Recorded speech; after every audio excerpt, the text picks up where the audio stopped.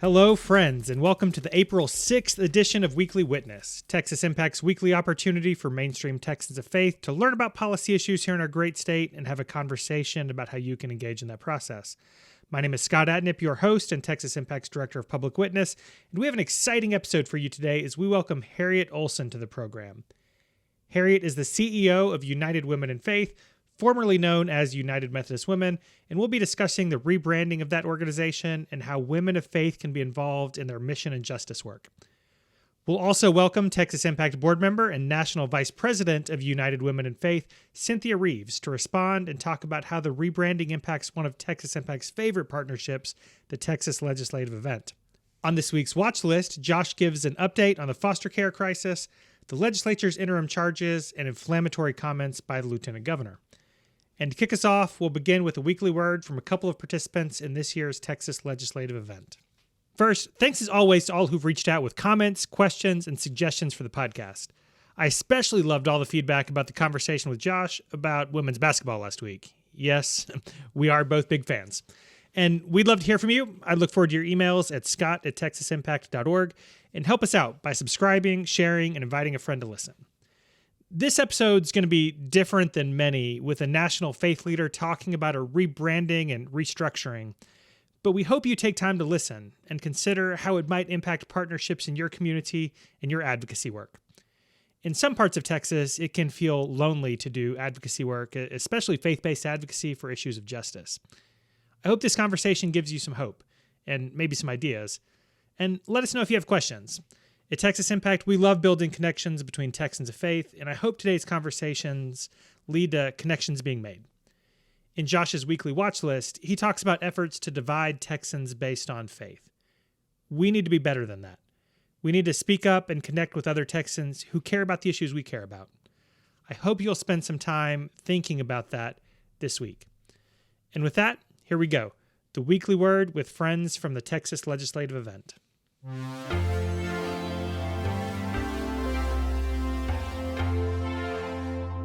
My name is Beth Dorcas. We're members of the First United Methodist Church of Hurst. We live in Fort Worth. I'm Phil Dorcas, Beth's husband. When I was young, we protested against the Vietnam War.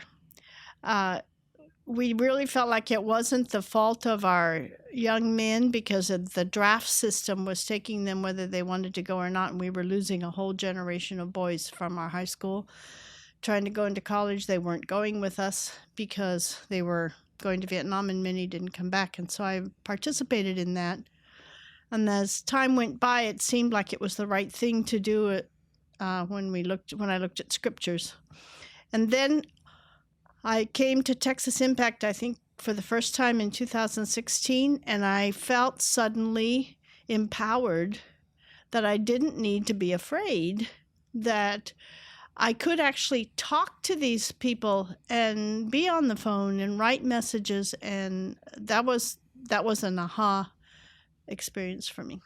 As I go through life's ups and downs, adversities and joys, I'm learning more and more that I feel called to follow the simple commandments that Jesus gave to us, to love God and love our neighbors as ourselves. More and more I feel empowered to do this and called to do this. Every time I see some injustice, some mistreatment, I feel that it falls under that umbrella to love your neighbor as yourself. It is our duty, our calling, and we are compelled to serve God and love our neighbors according to the opportunities that are in front of us.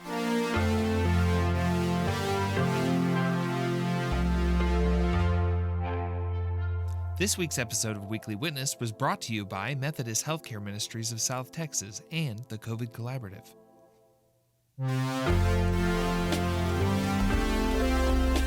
Joining us for today's conversation is one of my weekly witness favorites. I know I'm biased, but Harriett Olson, CEO of United Women in Faith, formerly known as United Methodist Women, an incredible partner for Texas Impact. Harriett, thank you so much for joining us. I'm sure it's been an eventful few weeks for you. Thank you so much for the invitation. It's a great pleasure to be here. And I'm likewise a mutual fan of the work of Texas Impact. So it's a great event. Well, really appreciate you taking the time. So let's start at the top. So you are the CEO of an organization that recently celebrated your 150th anniversary. Congratulations. And maybe more importantly for today, made a significant announcement that'll impact the next 150 years. So can you share with our listeners about the history of the organization formerly known as United Methodist Women and how your announcement will help shape the future for women in faith? Thank you so much. It's been an eventful time, and we celebrated 150 years in 2019. We date our organization, although there were women in mission, of course, right back to the people of Israel. We date our organization from 1869 because that was when two missionary wives were returned to the U.S. on deputation and met with women in Boston to say that the women themselves needed to find a way to participate in the church's foreign mission work. They were advocating for healthcare and schooling for women and children in India. At that time, the women they were whose concerns they were carrying were not didn't have access to the teaching or the medical care brought by U.S. men, and they were excluded from the work of the mission. Shortly thereafter, the women began to organize and collect and fundraise, invite more women, and search for people who could respond to the need. The result was that two missionaries were sent across the country and then across the ocean to India, and one was a trained doctor from the Pennsylvania College of Women's Medicine, and the other one a trained educator. And they carried out their giftedness in India. Eventually, institutions were named after them, so we well remember Clara Swain and Isabella Thoburn as those two women. The history of the organization went through many twists and turns, and as some of your listeners will know, the United Methodist Church is the result of a history of mergers and coming togethers of various denominations, right, each of which had a women's mission function. And so both in overseas work and in what was called the home area, the work in the United States, the women were very engaged in serving the needs of women, children, and specifically girls. So the history is full of change as the structures changed, and full of names. Right. There's more than 25 names that we've uncovered in the history that were part of this coming together of groups across the denominations. The through line has been the participation of women. One of the reasons that the organization formed separately was because single women were not being sent to the mission field at the time. Okay. The women who originally had that conversation were there as missionary wives, and they, of course, were engaged with the community, which is why these concerns were so close to their hearts. But they also had a full range of domestic responsibilities, and so they knew that they needed help, and the women were quick to respond in that time. And similar things continued across the ages.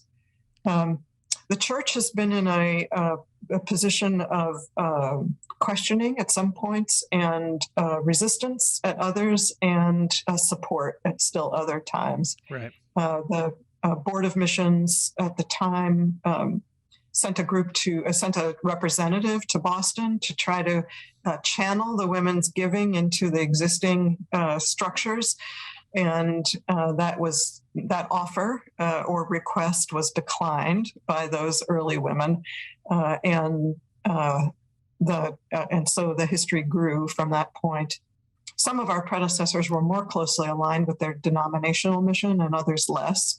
And so we had a variety of traditions that brought us to today. I could spend a long time talking about the history, but one of the things that we have observed is how many things continue as a sort of through line. Right. When I talked about that original group of women, I said they left that meeting to gather more women to participate, to raise funds, and to recruit experts and leaders for the work. And those things continue as deliverables today, because all of the work today, no less than 100 years ago, 150 years ago, the work to make change in the world, local change in communities, and systemic change through policy and justice advocacy requires funding. Yeah, so a lot of the same work will continue, but under a new name, right? Talk to us about how that work continues and what the name change is meant to do. Yes, thank you. So for a long period of time, we've been saying, what should the identity look like in this time? How do we express it well in this time?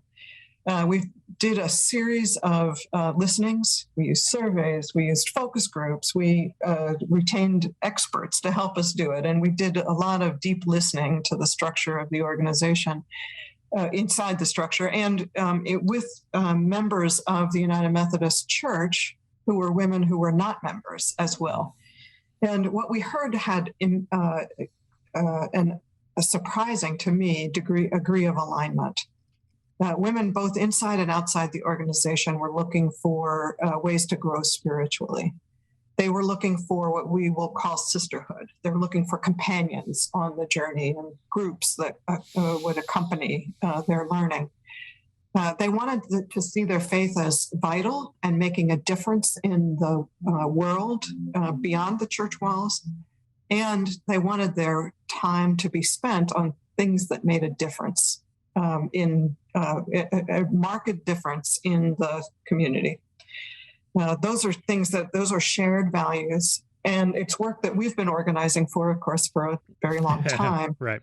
But what became clear is that women outside the organization couldn't see that what they saw was, from the external view, what they saw was a series of meetings. Sometimes they saw the resources, sometimes they saw the fundraisers, but they didn't see the heartbeat of it. Yeah. And so what became clear is that we needed to open up more. We need to turn the inside out and make the commitments more visible than the mechanism for meeting them. And so the whole brand work is designed to help people to take a second look and to say what really is going on here is something very profound and very concrete at the same time. You know, that sisterhood is very concrete, and to create ways for people to join who either can't make the time for participating in a local unit, or whose church doesn't have a local unit, or who for whom the local is not the place where their initial interest lies. So the new organization creates we've set a new on-ramp. The existing highway continues. We have a new on-ramp for new women to join who can choose to participate locally, but who also may choose to participate as a national member, who would participate online, might sign up for events in their region that are being held by a district or a conference that would perhaps find their primary way of participating through one of the social justice commitments and expressions. or some other activity of the district conference or local unit. Yes, let's talk about that a little bit, because obviously you and I have met and had conversations in and through the United Methodist Women's, or the event formerly known as the United Methodist Women's legislative event here in Texas. And every year at that event, we have women who show up who aren't a part of a local unit, aren't a part of a local circle, and say, I'd love to be a part of a community that did this, right? I'm looking for this. And so some attend United Methodist churches, some don't. I've talked to some young folks here in my own community about the changes you all are making, and they're really excited about that. So nuts and bolts wise, what does it look like?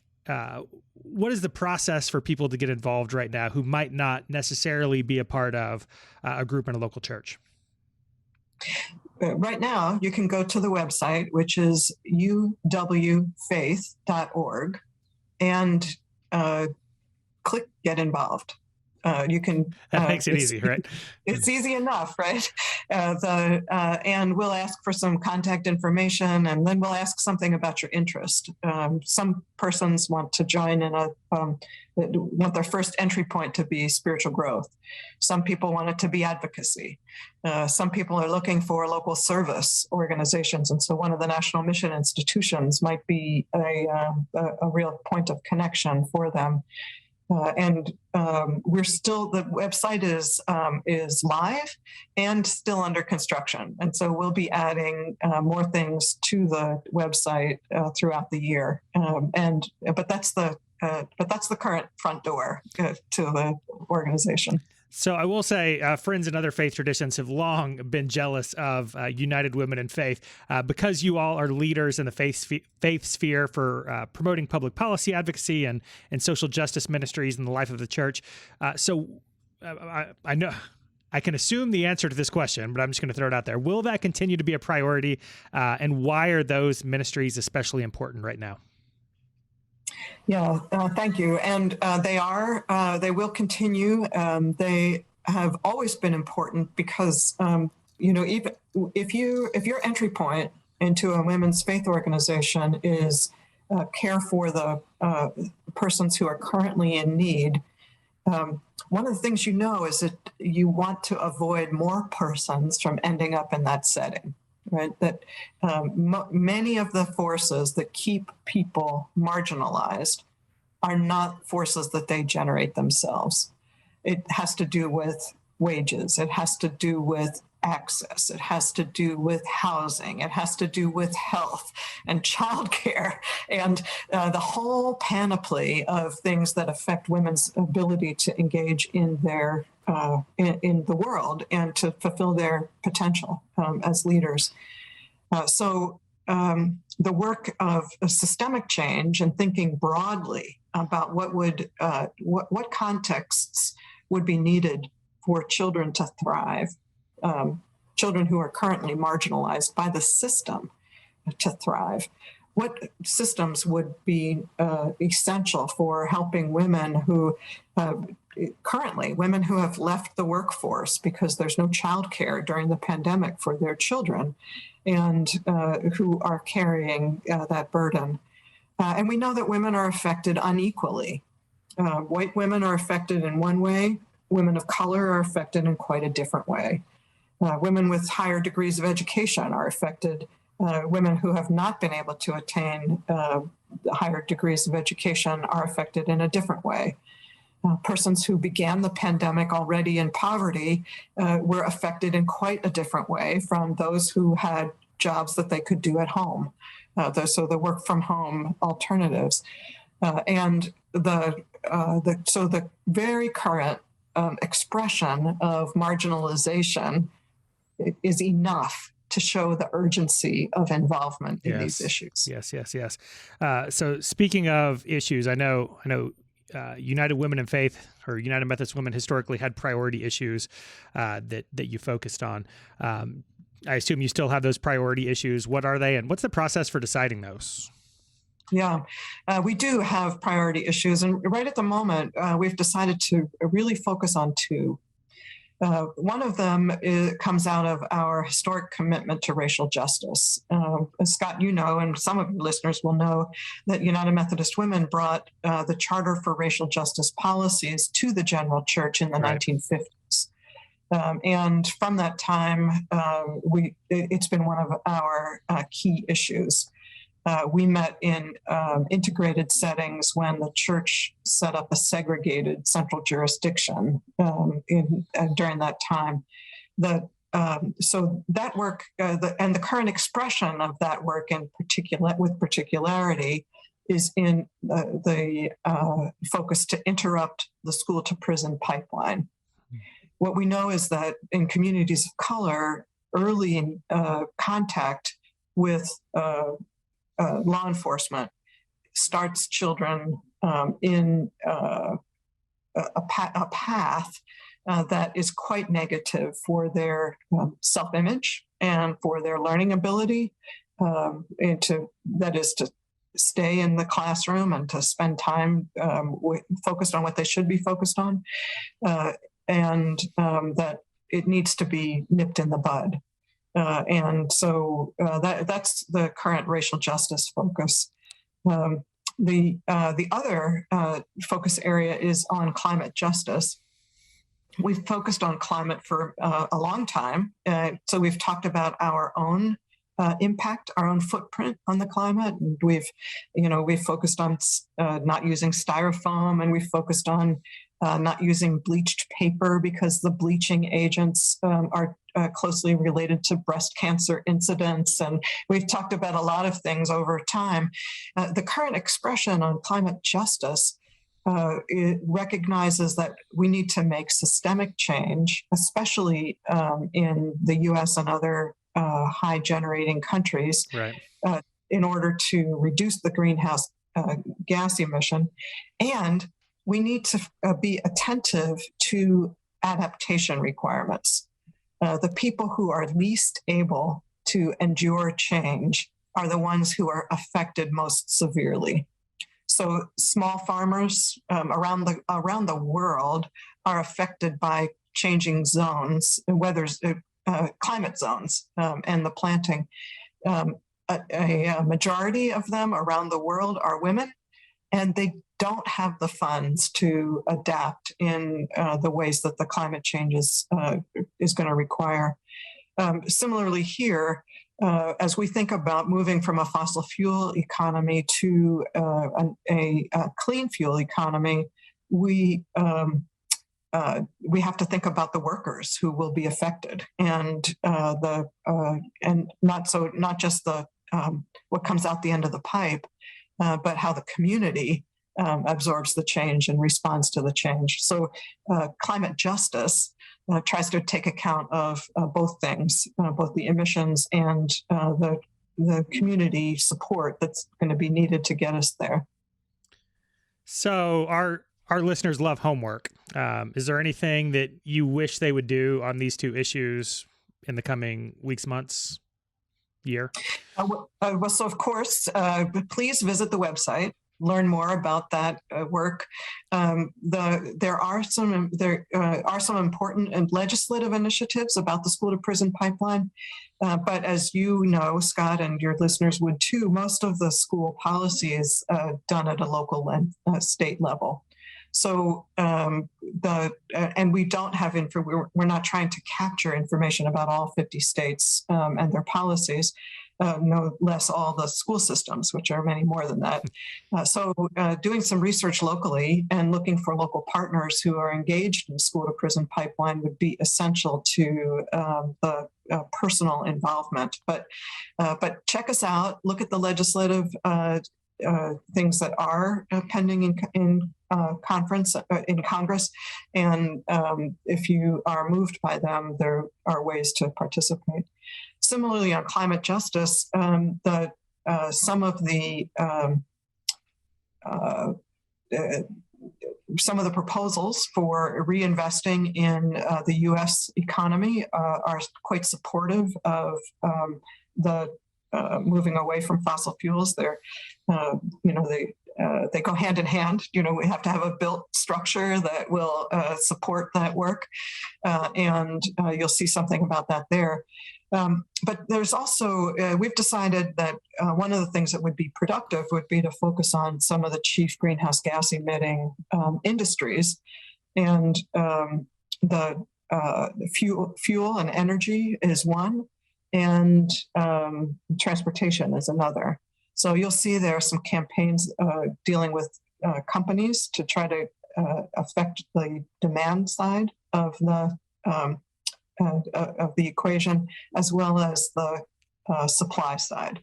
So you can see the campaigns to one to that had company support, which was not finally galvanized into regulation, was the capture of methane. Okay. Methane leaks are a product of the current energy generation. And when they leak, of course, they're wasted for the company, as well as being quite detrimental to the environment. So common sense regulations like that as a step toward the more broad-ranging changes that need to be made are things that we should consider as we move forward to a fossil-free economy. Yeah, I meant to send you a message a few months ago. During the last legislative event, we had one of the attendees who was talking about education at the local level, and she had decided to run for school board, and I just thought that was a really good story. So there is incredible work to be done both at the local and federal level. But speaking of legislative event, we're always honored when you take the time to attend either in person or virtually. I guess I'll ask before we close out, plug on our end, but why do you think it's important for women of faith to attend events like that? And specifically on legislative event here in Texas, what excites you about that particular event moving forward as United Women in Faith? It's a great event, and we're very grateful for the partnership with Texas Impact to put it on. I think women of faith have a story that they can tell that will help legislators understand the importance and the impact of the things being considered. Women bring the stories of their families, of their communities, of what happens on the ground.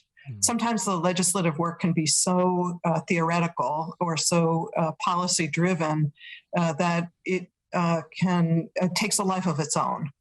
And one of the things that the women bring is a well-informed understanding of the current need and the potential impact of legislation, and making it possible for them, supporting them, making it possible for them, and amplifying their voices by doing it on a single day allows our members and others to have the impact that they really need to have, in addition to voting.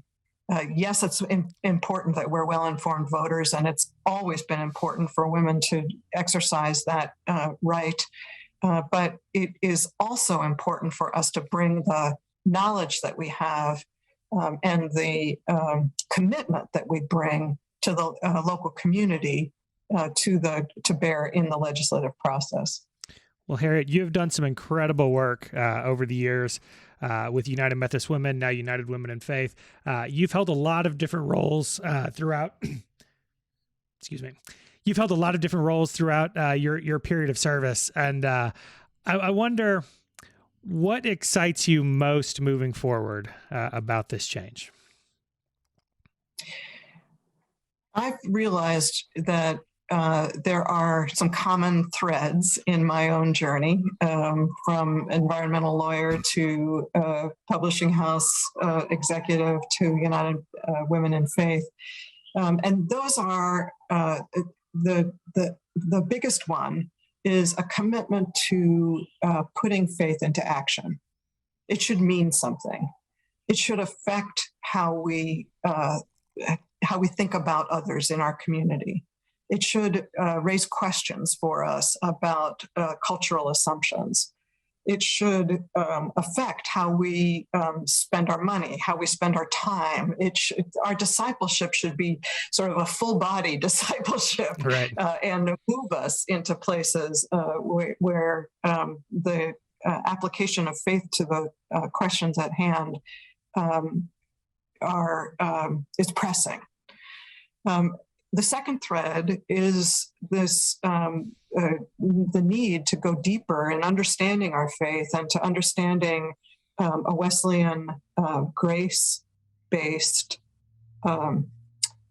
community building, the work of God in our lives as full of grace and ever impelled towards deepening the relationship with the creation that God loves.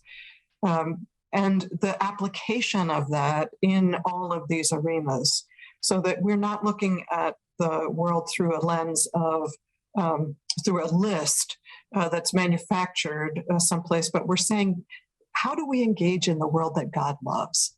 How do we exemplify the vision of beauty and of bounty that God has for the created order?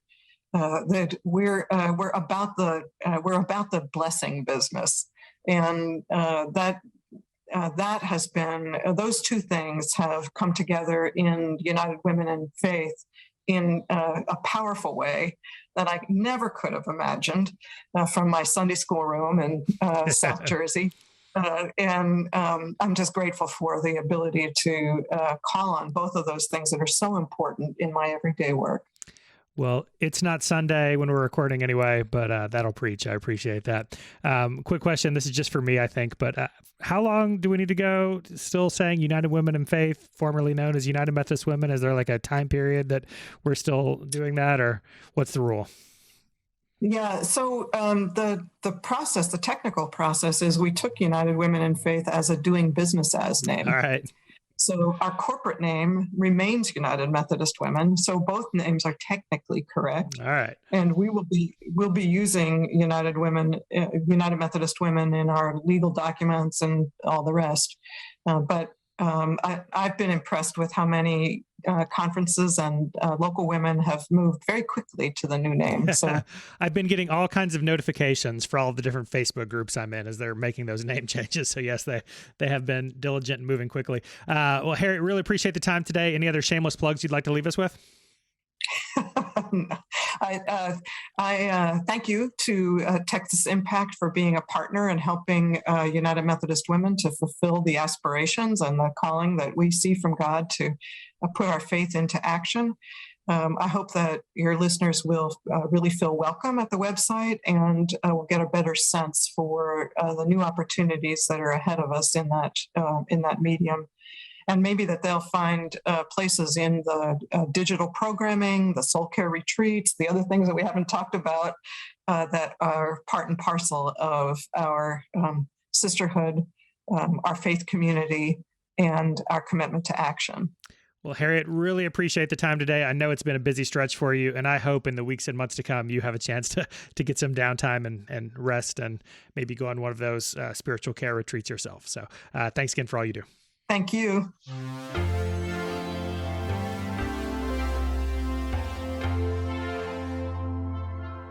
Joining us for the weekly watch list, we are excited to welcome back to the program Texas Impact's Advocacy Director, Joshua Houston. Josh, glad to have you with us. Hey, thanks, Scott. Good to be back. Hey, there wasn't any women's basketball of note, at least involving the University of Texas this week, so I don't really know what to banter about. You have any ideas? No, I'm very sad about that, and so is my little one who enjoys watching the women's Longhorn play. She is all into basketball. I will say we received several comments about our takes on the University of Texas women's basketball program, so we'll have to maybe do that again in the fall. But today, I know last week there wasn't a lot going on except for women's basketball. Today, there's a lot to talk about. I know you have an update for us on foster care, so what are you watching there? Yeah, so 2 weeks ago, we talked about allegations of abuse that have come up at a home for human trafficking victims in Bastrop. And as of last week, Judge Jack, who is a federal judge in Corpus Christi, she's been overseeing the foster care reforms for the better part of a decade. She stated in a court hearing that she has lost faith in the state's investigation and has made a criminal referral to the U.S. Attorney's Office in the Western District, which is here in Austin, Texas, and they will be looking into, they'll be double checking the state's investigation, doing their own federal investigation, and including whether there was any obstruction of justice that occurred with state officials. So watch this space for more on that, but definitely something to be watching. I know we've also talked over the course of the last few weeks, and several of our guest speakers have mentioned the interim charges being something that people should definitely be paying attention to. So we have some news there. What are you watching on that? Yeah, that's right. They were slow out, but they are out now, and we will begin having those interim hearings. So we talked about the Houses a little bit a few weeks ago, and the Senate has now released theirs. And the Senates are as focused on politics as the Houses were on policy. The House's interim charges were very intentionally avoiding controversy. And the Senate is just embracing controversy. It's full-blown culture war in the interim charges. We're going to see if it's any indication of how session's going to go, just a big repeat of the 87th. You're going to have increasing battles with the states trying to control local democracy that it doesn't agree with. You're going to have education wars over race and gender and full-blown culture wars on LGBTQ issues. And then the rhetoric just continues to escalate. This morning, the lieutenant governor admitted, frankly, to having a theocratic agenda. He is casting fighting against LGBTQ equality as a holy war. And don't take our word for it. Here's the quote. He said this morning on talk radio, if you change your sex, well, then you play God. This is a battle of those who believe that they are God and have control over life and death and even their sex, and those who believe there's a creator, who believe in God, believe in Jesus Christ. Whatever their denomination is and their faith is, they believe there is a higher power who decides life and a higher power who designed us as human beings. End quote. A battle. That's pretty hardcore. So it is, yeah. I mean, we weren't overstating it. So let's deconstruct this a little bit to back up the concerningness of this statement. You know, the framing of it being the LGBTQ community versus the faith community, that framing is a false framing. It has been, but it's an old framing. This goes one step further. It really denies the existence of you. If you are a part of a faith tradition that affirms LGBTQ persons as children of God, then your faith isn't valid to the lieutenant governor. Never mind that we are now in the majority. So white mainline Protestants, 82% support non-discrimination laws. White Catholics, 80%. Black Protestant, 78%. American Muslims, 75%. Even white evangelicals are at 60%, which is kind of a new high for them. They're generally the outlier on these issues. White evangelicals are really separate from every other faith present in America. So all of you in the faithful majority, according to the lieutenant governor, you are not the true faith. So talk to some about that. It seems clear that people of faith are rejecting discrimination. Why then is the lieutenant governor making these comments? Yeah, I mean, the short answer, Scott, is to get a more compliant Texas House. Let's remember that the primaries are not over. There are going to be primary runoffs in a number of races May 24th. Also, don't forget school board races, local elections are occurring on May 7th. So we have two big elections coming up, and these are elections that are historically super low turnout, where maybe 3% of the voting age population can decide the outcome of these offices. And it really can't be a coincidence that this was said on a radio show in the DFW media market. There are two critical House races going on up there in the Fort Worth and Denton areas. And if you go and listen to the entire segment from the show, you know, there was a lot of railing against the Texas House. And so this is really about power over the Texas House and having a more compliant Texas House for the very partisan Senate to be able to work with.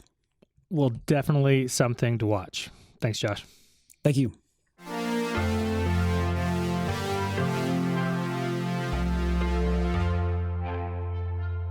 Joining us for the response today is good friend of the program and one of my favorite humans, Cynthia Reeves, who wears so many hats. She is a Texas Impact Board member and National Vice President for United Women in Faith, as we have discussed. That's formerly United Methodist Women.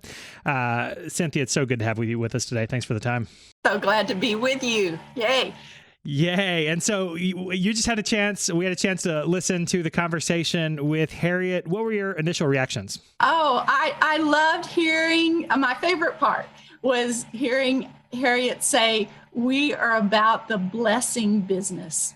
Yes, we are.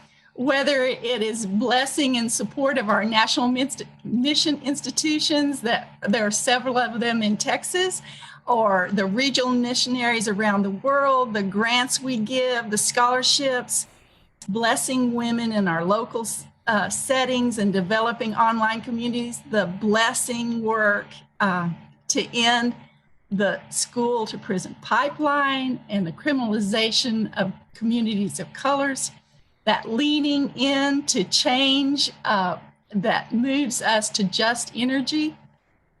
Yes, we are about the blessing business. Yes, you are. Yes, you have been. And yes, you will continue to be. So let's jump in on the rebrand. You were definitely involved in that process. So what excites you most about the future of United Women in Faith? I think the thing that excites me the most is the opening up that new lane that Harriett was talking about. That this highway that is our organization is now going to have a new way for women to onboard and be a national membership. I think that that's really exciting. The name change, I hope, and I'm encouraged that it will help women take a look at United Women in Faith and discover all those opportunities and support and community that we can provide. You know, back in the 60s, my mother was so upset when we changed the name. We used to be Women's Society of Christian Service. And then we changed to United Methodist Women. And she said, oh no, now they're going to think that you have to be a member of the church to be a part of this organization. And mother, you were right. That's what happened. And now I'm just telling you, Mom, that we're trying to fix it. It has never been that you had to be a member of the church to be a member of this organization. And so I think that just the name led us to think that. And now women who are in different denominations or not part of the church at all, possibly, are encouraged to come and be a part of United Women in Faith. We're providing multiple ways to connect in that new lane where members can, from different outline opportunities, they'll be able to connect with women from around the world, but also with local women, district, and conference events. And we are there for women who are seeking a group to do justice work, seeking company along their spiritual journey, with women who want to work, learn, and grow together in that continual cycle of filling ourselves up in prayer and meditation and scripture, and then pouring ourselves out in Christian discipleship. So I hope that the women really will go to the website, uwfaith.org, and discover what we're doing and join us in this vital work. We want to learn from you, new women. We want to hear your voice. We want to partner and be faith, hope, love, and action together. Together with God's help, we may continue the amazing work that our foremothers began. It will look different than it did in 1869, but the DNA is the same. and I will say that the vast percentage of women that I have heard from are so excited about this change. They're energized for a new start, and they're ready to live into it. They're ready for the energy that will come from the new programs we've got going on and from the new members that will be joining us. And so you mentioned the historic priorities, the historic work around justice, and Harriett talked about that as well. I wonder how that work might be an opportunity to both continue that work, but also reach out to new people and get more people involved. Yes, we are justice work. And the reason we organized in the first place was a justice issue. Those women in India were not getting health care. They were not being educated. So justice is in our DNA.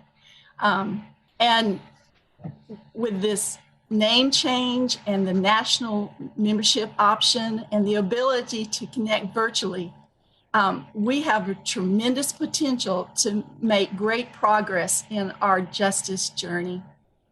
We have a document that's called the Racial Justice Timeline, and it marks and remembers all the good trouble that we've been about. And we have a heart of purpose for continuing this journey. So we know what we've done, and we know why we've done it, and we know there's still much work to do. So women who are coming on board now are welcome to be a part of this, to have a voice in what we're doing, and to work for justice, particularly in our two areas of ending the school to prison pipeline and just energy for all. Yeah. So one question a lot of listeners will be asking, because we have a lot of listeners who've attended the event formerly known as United Methodist Women's Legislative Event. You're a former chair of that event, right? And have been in leadership for years and years and years. How will this rebrand impact the event formerly known as Texas United Methodist Women's Legislative Event? Well, I hope and pray that the United Women in Faith Texas Legislative Event will be impacted by this change, in that we will have the word out to more women that, yes, they are welcome. They are part of this group. We see no boundaries. Bring your family and friends. It's for everyone. And there's much work to do, and it's just one of my favorite things to do. So don't think that you're not invited. You are invited to be a part of this. You know, that includes women and friends from the 6 Texas conferences of the United Methodist Church, and their friends and all denominations. So I hope that you will all start the year out right and focus in on learning how to be advocates, effective advocates for women and children in the state of Texas. Well, it sounds like, with the rebrand and the direction United Women in Faith is going, that there will be opportunities for the participants of that kind of year round, right? So I have some friends who are younger and justice minded and don't necessarily participate in the local, formerly known as United Methodist Women's group in their church, but love kind of the legislative event type things and are trying to figure out how to plug in year round. And so I think what you're saying is there are also opportunities post-event for those people to stay connected, stay plugged in with United Women of Faith, right? Absolutely. Women in Faith. Sorry, I'm still working on the name myself. We're all going to be working on getting that right. Again, yes, there'll be ways to connect, and we want to hear their ideas and work together for good. We know that we have a lot to learn, so we will be listening and hopefully partnering in every way possible to do the will of God in this world. And I think that this is a time to just be open and give it a try. So we're going to be looking for women who have a heart for justice work and hopefully find ways that we can connect and stay connected. So Legislative Event 2023, Cynthia, everyone should come visit us, right? Absolutely. You get to hear, well, I always say that I see somebody on TV and say, why do I know them? Oh, they were one of the experts that came and talked to us at the legislative event. So, yes, we want to do it. It's inspiring. Texas Legislative Event is always educational. It informs us in ways that we can't get anywhere else, really. And for me, it's just flat addictive. So come on and just get in on the Texas Legislative Event. Yes, thank you so much for that message, and thanks for the time today, Cynthia. It's always a treat. Welcome. Always glad to be with you.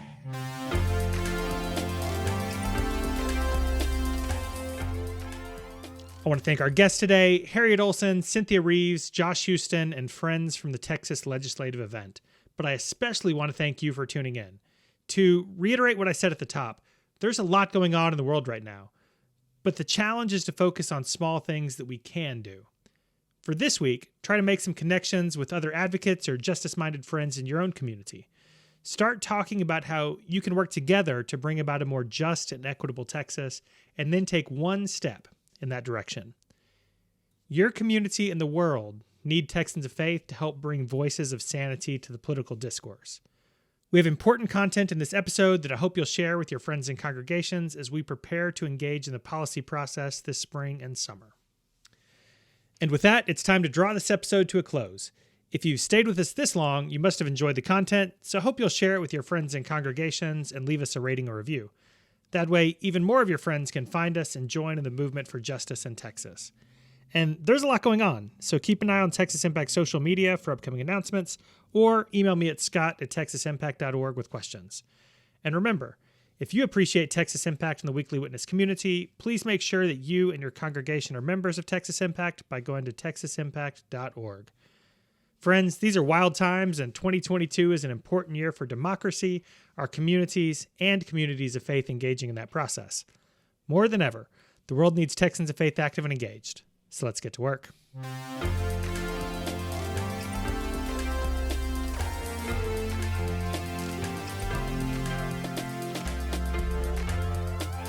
Weekly Witness is hosted by Scott Atnet, engineered and produced by David Fasalo. Our executive producer is B. Moorhead. The opinions expressed on Weekly Witness are those of Texas Impact and our guests, and do not necessarily reflect the views of our sponsors. Weekly Witness is a product of Texas Impact, people of faith working for justice. Visit us online at texasimpact.org.